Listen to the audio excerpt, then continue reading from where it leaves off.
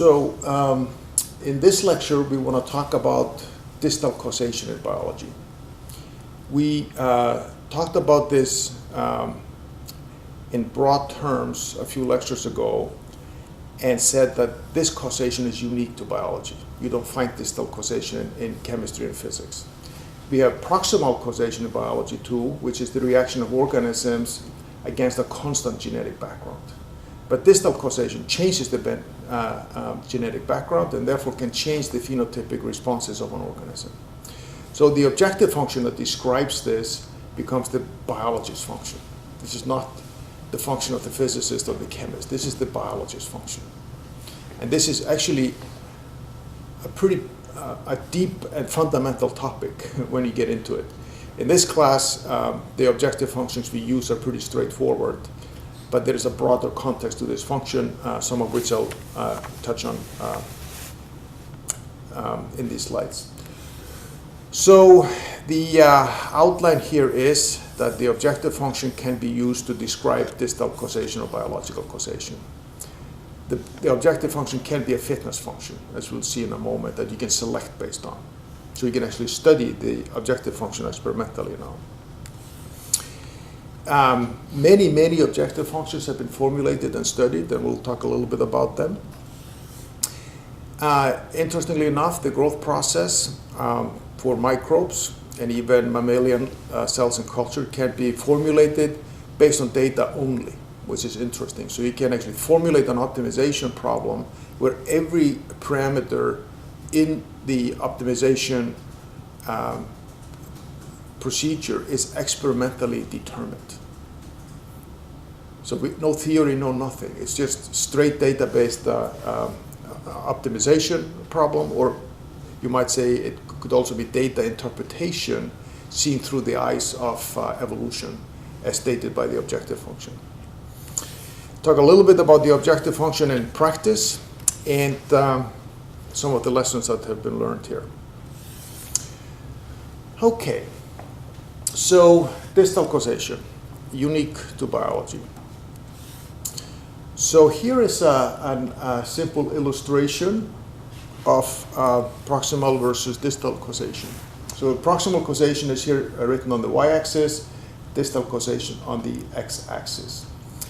And on the x-axis, therefore, we have a scale that would be many generations. Going from the first generation, we might be looking at an organism to the nth generation, whatever that might be. And on the y-axis, we might be looking at the phenotypic properties of that organism.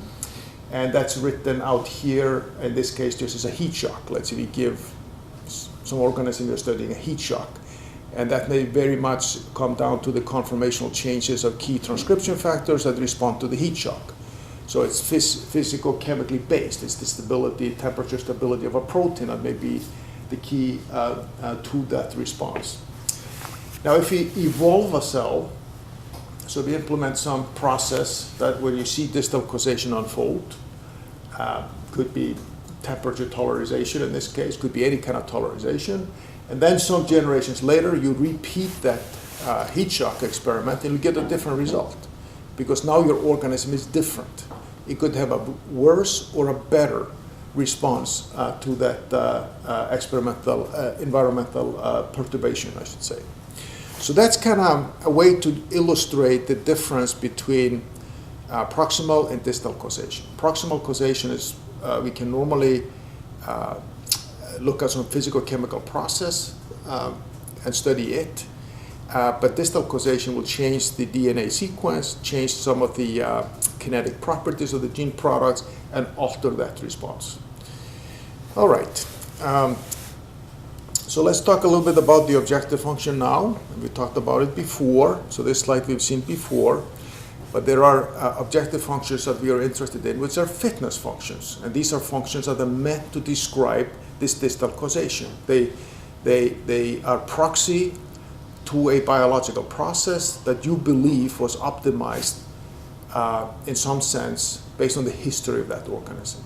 So this is an objective function that is trying to get directly at distal causation and the fitness function.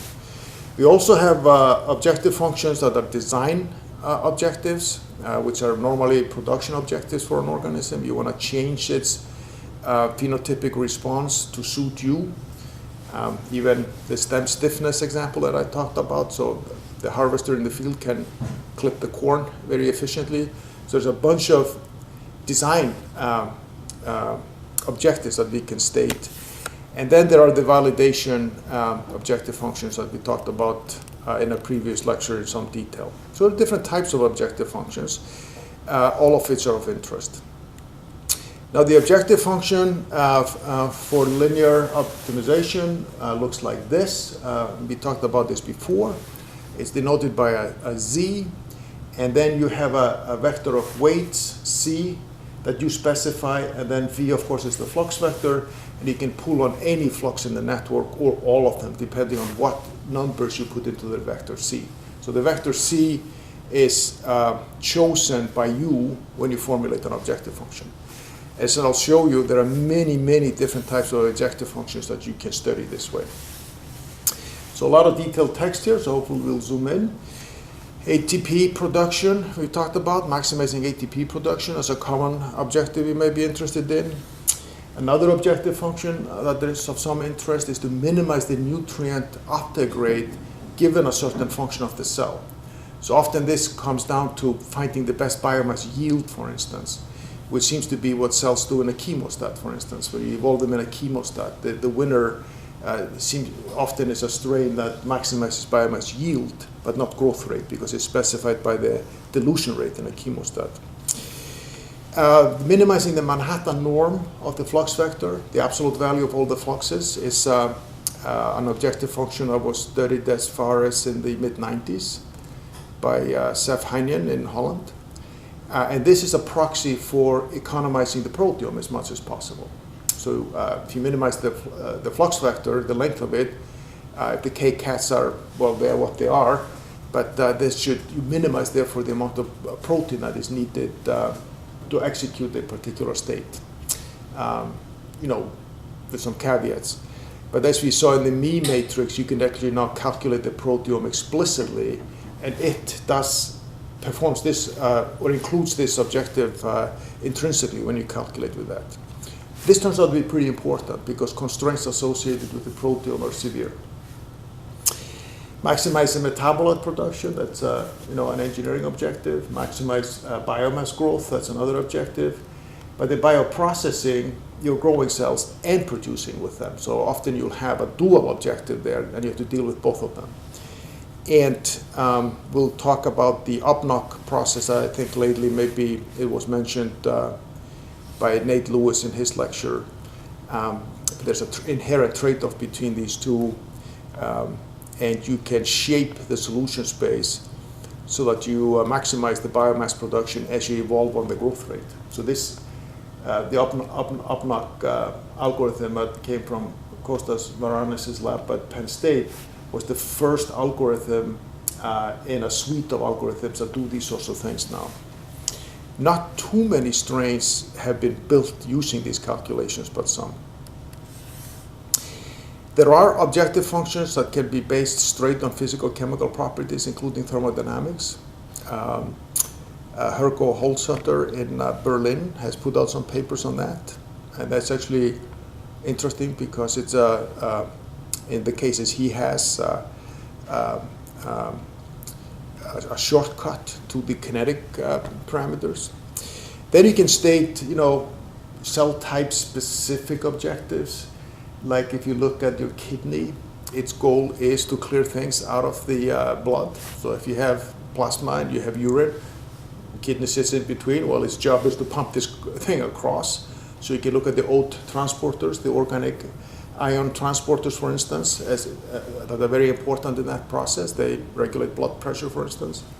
So you can put, objective functions like that on renal function. That has nothing to do with growth or biosynthesis or anything like that, just the function of that differentiated cell type. We talked about mitochondrial objective functions before. Presumably the main purpose of the mitochondria is to make ATP, but it also makes precursors for fatty acid synthesis at the same time. it also participates in the synthesis of heme molecules that have to go into the cytochrome, for instance. So the mitochondria may have multiple objectives, and you can scale them because you know their relative importance in a physiological state, and you can formulate an objective function for the mitochondria, and so forth. So you can formulate a lot of objective functions that are of interest. And they are all of that simple functional format that I had before. You just pull on these fluxes in the ratios needed to represent these objectives and others. Okay, so the one function we do talk about in detail in here is the growth function, and I mentioned that before, and I just want to show this slide again. Here are the two growth problems, the prelude to the full growth function to pull off the biosynthetic precursors, and then in panel A, the pulling off of all the components that go into biomass. And we formulate constraints based on data. We know biomass composition, so we can actually formulate the weights in the objective function C based on data. You just measure them basically, and then you put them in there, and this is a fully defined, experimentally defined optimization problem. The question just is, are the cells growing optimally or not? And this has been question of interest for about 10, 15 years now. And there are a lot, the answer to this is emerging. So evolved cells in the lab will actually try to fulfill that objective. Natural strains will not, because they may not be programmed to grow optimally. And we'll talk more about this in a later lecture. But the endpoint, for instance, of adaptive evolution in the lab can be calculated and predicted by this formulation. And then you can actually look at the difference between that optimal state that you evolved the cell to and where the wild type cell is. And you can experimentally characterize the difference. And you can answer the question, why is that cell not growing optimally? Because it's spending energy and proteome allocation on something else. Now, what is that something else? So this is actually turns out to be a pretty fundamental optimization problem. You can display this on a map, so this looks a little more complicated than before when we were looking at the individual cofactors. So here is an objective function that has lines into these 12 biosynthetic precursors, as well as the cofactors needed to convert the precursors into amino acids and so forth. So this is a composite, if you will, objective function of making all these resources. And they're weighted, as shown in that table, by numbers that are experimentally based. So that would be the formulation of this problem for the core E. coli model. You calculate, and here is the solution shown with the active reactions in bold. And you can color code these if you want, or thickness coat them based on the flux level if you like. This is more of a binary representation, active or not active, but you can scale them quantitatively. And the answer there, 55 grams dry weight per gram of glucose, is the optimal solution. The experimental values are in this range or lower. They may be lower than a half, but they're not far off from that value, especially for strains that have been evolved in a laboratory. Now, the biomass objective function has a lot of nuances to it when you start looking at it in detail. It is not simply just hydrolyzing the protein, getting the amino acid composition of the protein, GC ratio for the DNA and so forth. You need more data than that. And it is a three-step process like shown in here, and is detailed in a review that Adam Feist wrote a few years ago that shows these three steps. You need to have, the prosthetic groups, for instance, either they have to be synthesized or imported. You need divalent ions in a certain level. And then it turns out that the biomass function can have required and optional components. So, it's like buying a car and an upgraded car. They're both cars that get you where you want to do, but some of them are a little nicer than the other. So for instance, on the heme molecules, the family of heme molecules, you may clip out a gene or two that do the final decoration of the molecule, But that precursor can still go into the protein and function, make the heme molecule functional. You wanted that one, but you can do with this one. So some of the biomass components are not rigorously needed, absolutely needed. Some of them are kind of optional and represent upgrades, if you will. Now, there are a couple of other things that come into play here as well when you start looking at this in detail. You can formulate biomass objective basically solely based on the stoichiometry of the network. So whatever comes into the cell goes through the catabolic reactions, is resynthesized in the right ratios, network is balanced, and you make the cell. So those would calculate for you the stoichiometric requirement for growth. But that would assume that the cell is using the substrate only for growth. But that is not true. There are many other energy requiring processes in the cell that have to happen during growth. Ribosomal synthesis of peptides is not perfect, so sometimes you have to rehydrolyze the bonds and put the proper amino acid in there. Same thing is true with DNA. You make errors, so you have to correct them. So those processes don't proceed with perfect stoichiometric fidelity. There's inefficiency in them. Cells have to maintain ion membrane gradients that may cost some pumping and so forth. So to capture these processes, there are two phenomenological coefficients that are defined. One is called the growth-associated maintenance. So those are the requirements for a cell to grow over and above the stoichiometric requirement for synthesizing the biomass. And then there is the non-growth-associated maintenance. I mean, if a cell is just sitting there not growing, it still has to consume some energy just to maintain itself. So there is non-growth-associated maintenance. And this diagram illustrates the two. So the diagonal line is kind of the yield calculation.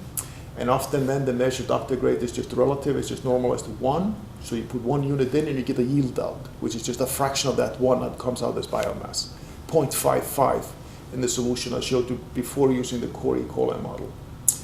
Now for a real situation, we're actually looking at quantitative numbers. You may have to measure the growth-associated maintenance and the non-growth-associated maintenance. They are strain-specific, and they may even be condition-specific. And they are now, we know, associated with that distance from optimality. Some cells have more hedging functions, as we call them, upregulated, that cost energy. So by evolution, you can actually change the numerical values of these maintenance coefficients. But for a cell, a strain in a particular condition, you can measure them. And then you have something like shown in that line with the linear slope. You will have an intercept of the x-axis indicated by that red dot.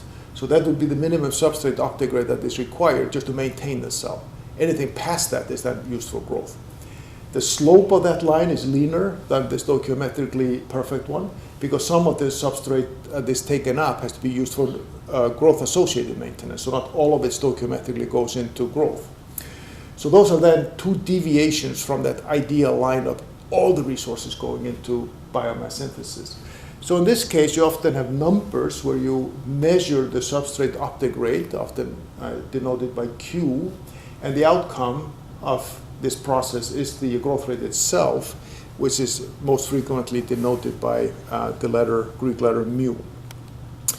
Now, when you measure these numbers quantitatively and you do the actual calculations, these things look like this. So the solid line in this graph is just the stoichiometric ratio, so the yield, the absolute biomass yield. And then there's another line there, a dashed line, which is just offset, just shifted, because that has the intercept put into it, the non-growth associated maintenance, and the numerical value is given there. And if you just take that into account, you'll have a slope of that dashed line that parallels the solid line. But then if you put in the growth associated maintenance, you get that dotted line that is a slightly leaner slope. So you see, in practice, these numbers are notable, but they are not of overwriting change. But they are there and you can measure them, and that's what it looks like. Okay, now, once you have a growth problem formulated, you can do calculations, and I think we showed this calculation before. You can feed the model, like this is from Jenny Reed's version of the E. coli model, different substrates.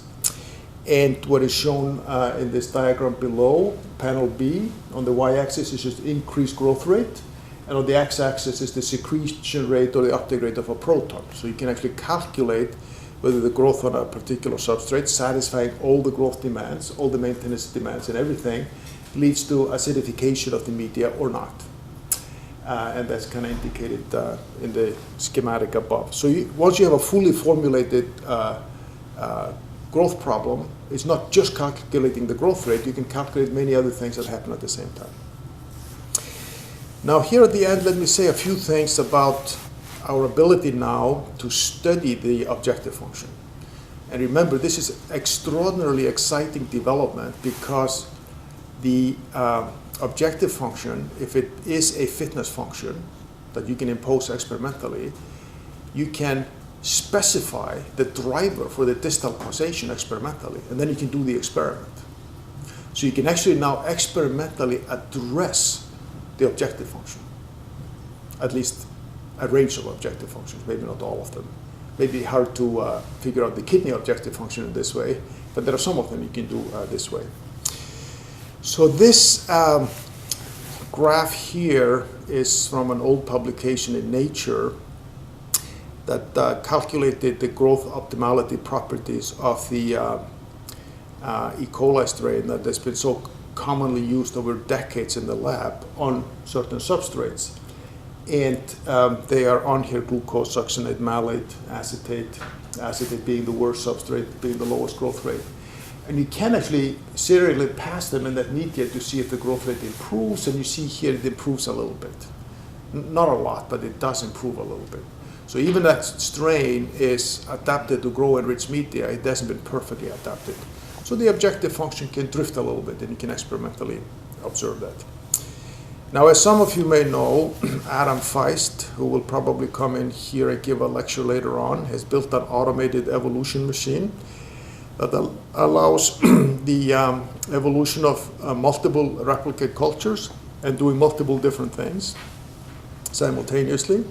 It can, be passaging up to 7 times a day that you could never do manually, and you can monitor it online and has all the niceties of an automated system.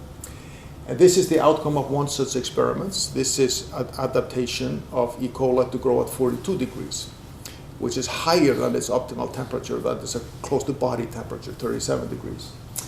And these traces here show the growth rate, actually doubling time in this case, so it's going down, the doubling time gets shorter, over time in this machine for multiple replicate cultures. And here you can see distal causation in action.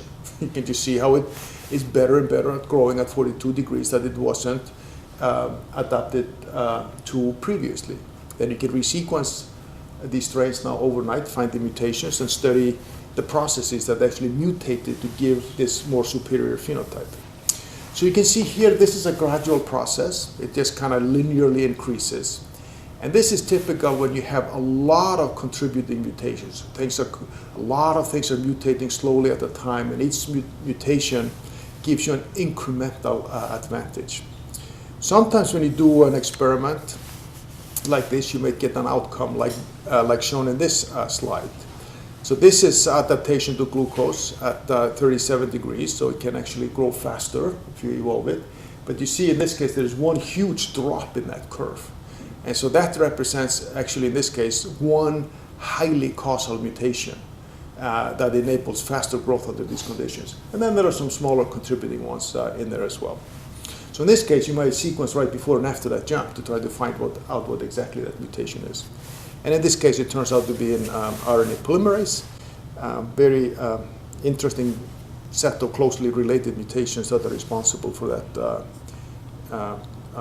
drop in that curve.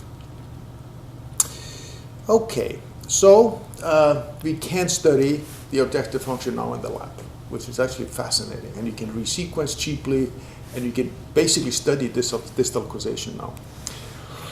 So let's talk about some other issues associated with the objective function in practice. So in that review that I mentioned earlier on the objective function, there is a table, and it's shown here. And it is, of course, with hopelessly fine print text. but it illustrates some of the studies that can be carried out knowing the objective function. And one of them is highlighted here.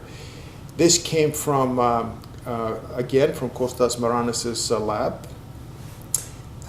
where he closes off the solution space and locates the point in the solution space, and then asks himself, what are all the objective functions that would drive the solution to that corner of the solution space? So not knowing the objective function, you just try to estimate the best one based on the performance of the organism.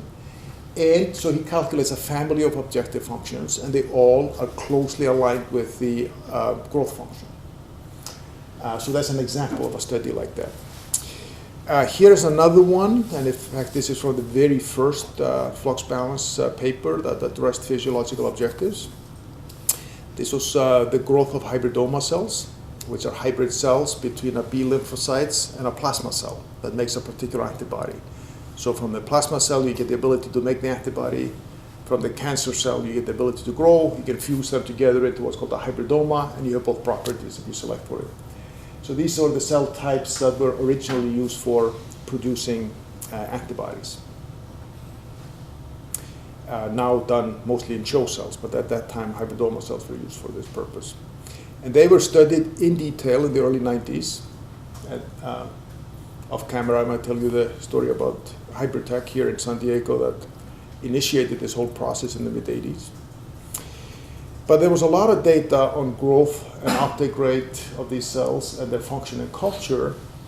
And if you try to optimize the growth rate of them based on their uptake rate and kind of standard mammalian cell metabolic networks, you got growth rates that are much faster than the experimentally observed growth rates. In fact, they were on the order of the length of the S phase, the 8 hours it takes to duplicate the DNA. So clearly these cells were consuming many, many more metabolic resources than needed to grow. So the question became, why are they metabolizing all this stuff? And by the way, this is a fundamental question in oncology today, where people are studying now cancer cell metabolism. Why do they consume so much more than they need? What is actually going on? So this may have been an early attempt at getting at that. And what that little table shows is a similar study as Kostas Maranis' group carried out, but in this case not calculating all possible objective functions consistent with the data, but guessing at what they were.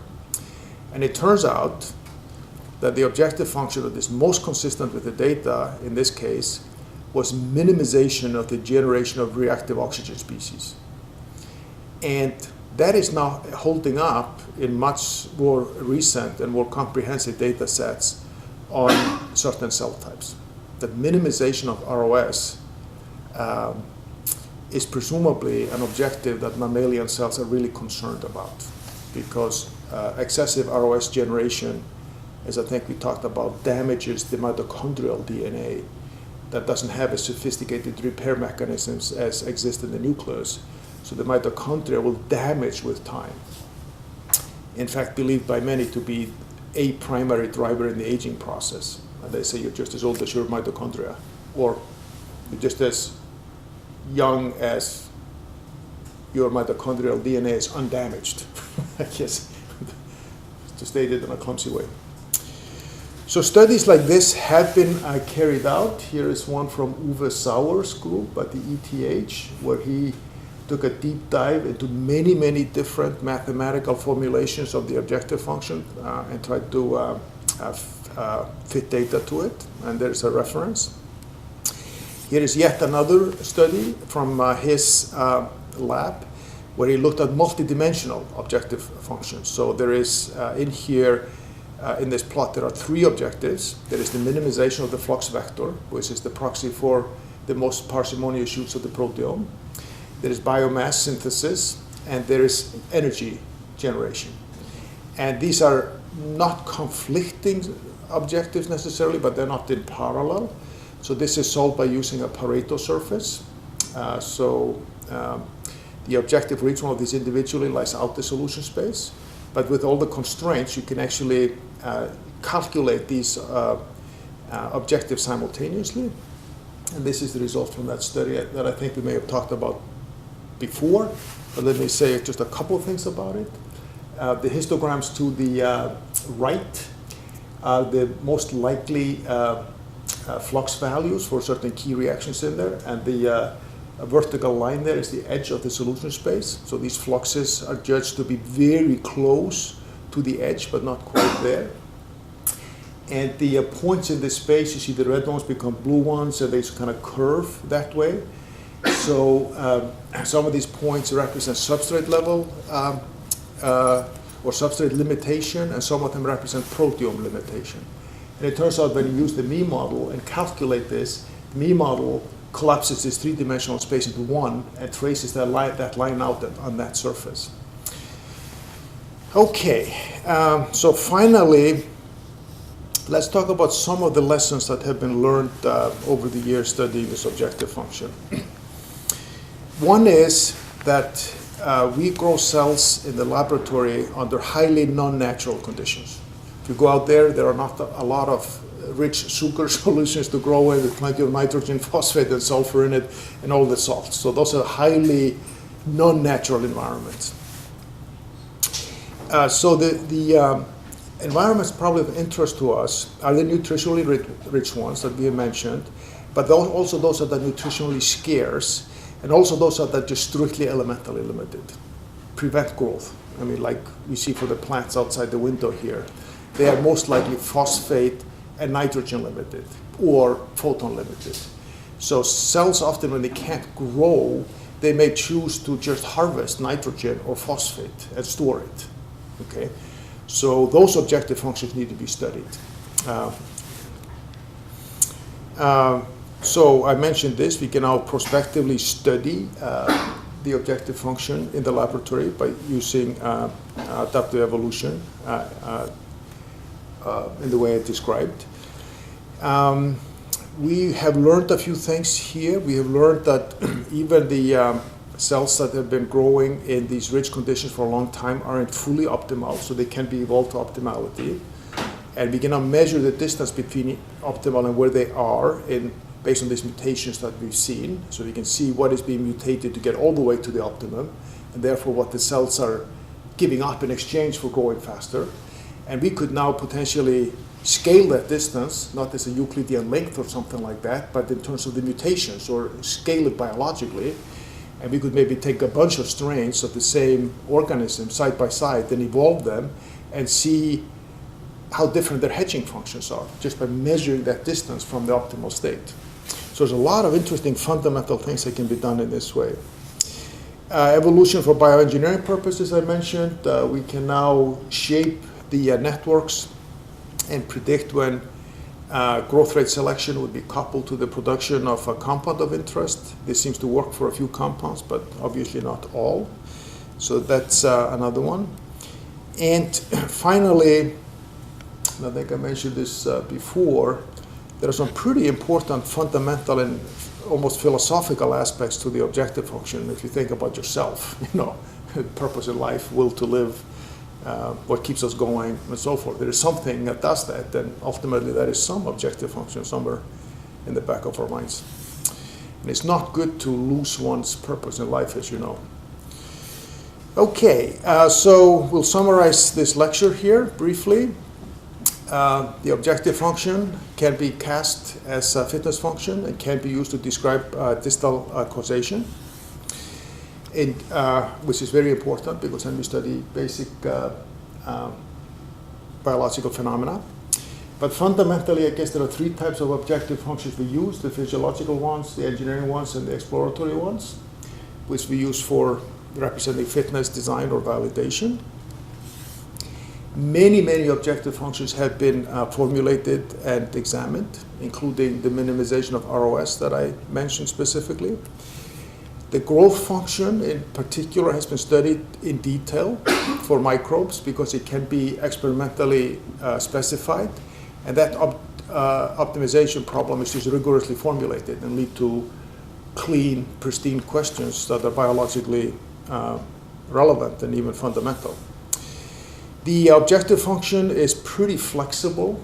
It is the simple inner product between two vectors, the flux vector and the vector of weights that you specify, and it's very flexible. It can represent so many biological functions with that simple equation. And after studying the objective function for 15 years now, there are many, many interesting lessons that we have learned. And although this is the end of this lecture, we will have a specific lecture later on adaptive evolution, where we talk about the fitness function, the objective function as a fitness function in more detail. But for today, we are all done.